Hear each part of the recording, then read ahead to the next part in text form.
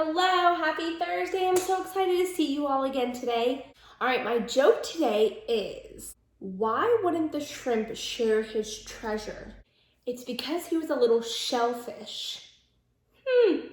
So make sure you share that joke with your family. If you want to, you can take a video of you telling that joke and send it to Miss Baszler, and she might just post it on the Eaton Elementary School page. I'm sure that'll bring a lot of humor to everybody's day and a smile to people's faces.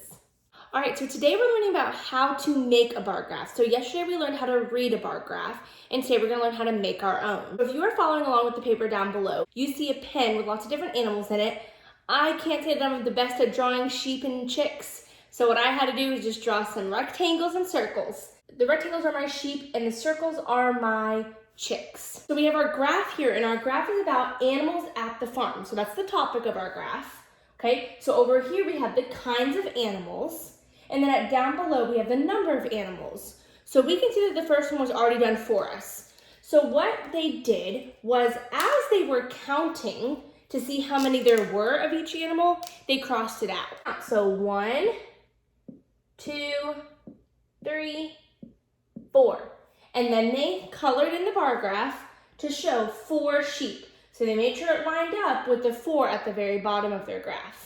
All right, so now the next part is what we are going to do. So the next part is about chicks. So they want to know how many chicks are in the pen. So as we count, we're going to cross them out. So I want you to count with me. I want to hear you. And I want you to cross them out on your paper too. All right, ready? 1, 2, 3, 4, 5, 6. So how many chicks do we have? 6. Right on. Now we're going to draw our bar to show that there are 6 chicks. So I'm going to draw my line all the way. Whoa, board almost fell. All the way till it lines up with the 6. Then I'm going to color it in. Oops. Now we can see how many sheep we have and how many chicks that we have in. Okay, so there's a second graph on our paper, and it's all about desks and doors. So the items are desks and doors that we're looking at, and then at the bottom is the number of items that we are going to find. So because we're not in our classroom right now, we're not able to count desks and doors, and it only gives us a limit of 10, what we are going to do, we need to go ask Alexa to pick us 2 different numbers. One for how many desks there are and one for how many doors there are. So let's go.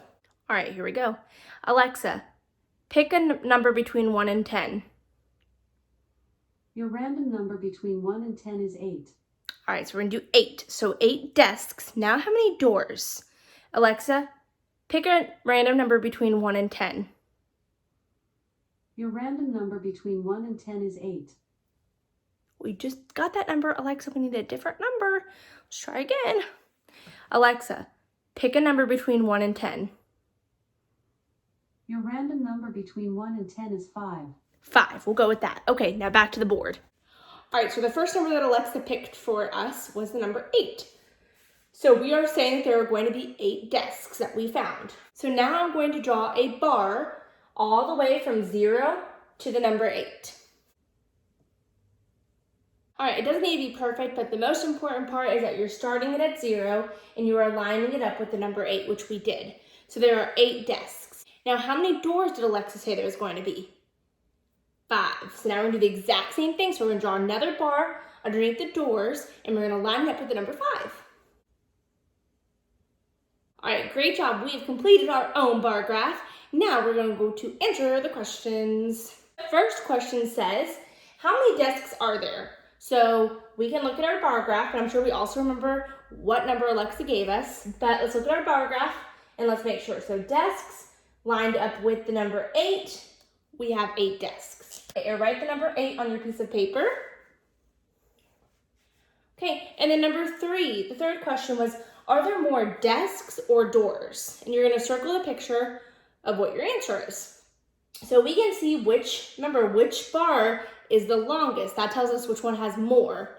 So because the desk's bar is so much longer, that tells us that there are more desks than there are doors. So we are going to circle the desk.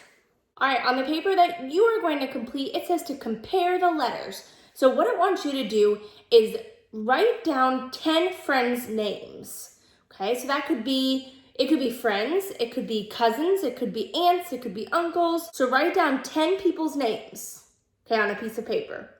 Then you need to count the letters in those people's names. So for example, if I was going to think of the name Olivia, so I'm going to write her name on the board.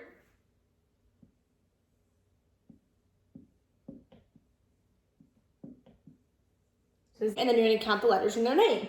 1, 2, 3, 4, 5, 6.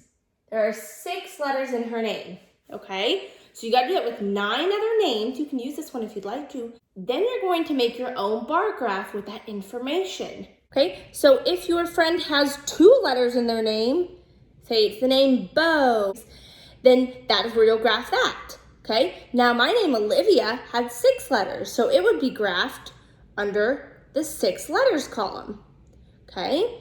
So, but remember, you want to write down all your friends' names down first, then number 2, count how many letters are in their name, and then number 3, you're going to graph. So the name of your graph is the number of letters in our names. Over here is the number of letters, and down here is the number of children who have that many letters in their name. After you do that, there's only one question that you have to answer with that, and that is how many letters are in the most names. So which bar is the longest, which one won? And then you're writing and reasoning. How would the graph change if you added your name? So if you added your name here, one of these columns are gonna grow by 1. So it wants to know, how did your graph change? Did adding your name make one bar become the longest? Did adding your name change one of the columns from 2 children to 3 children? So that is what you're telling us in that sentence below. All right, well, I will see you guys tomorrow, and I can't wait to see you then. Bye!